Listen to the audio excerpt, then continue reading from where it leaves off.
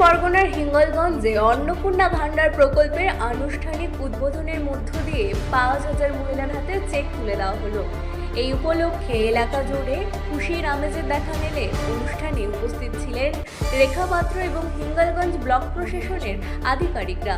অন্নপূর্ণা ভান্ডার প্রকল্পে পূর্বে নাম নথিভুক্ত করা উপভোক্তাদের হাতে সরাসরি চেক তুলে দেন তারা। চেক পেয়ে বেজায় খুশি উপভোক্তারা। তাদের বক্তব্য, এই আর্থিক সহায়তা সংসারের বিভিন্ন প্রয়োজনে কাজে লাগবে এবং দৈনন্দিন খরচ সামলাতে কিছুটাও স্বস্তি দেবে। এদিন কর্মসূচিতে বিপুল সংখ্যক মহিলারা উপস্থিত ছিলেন।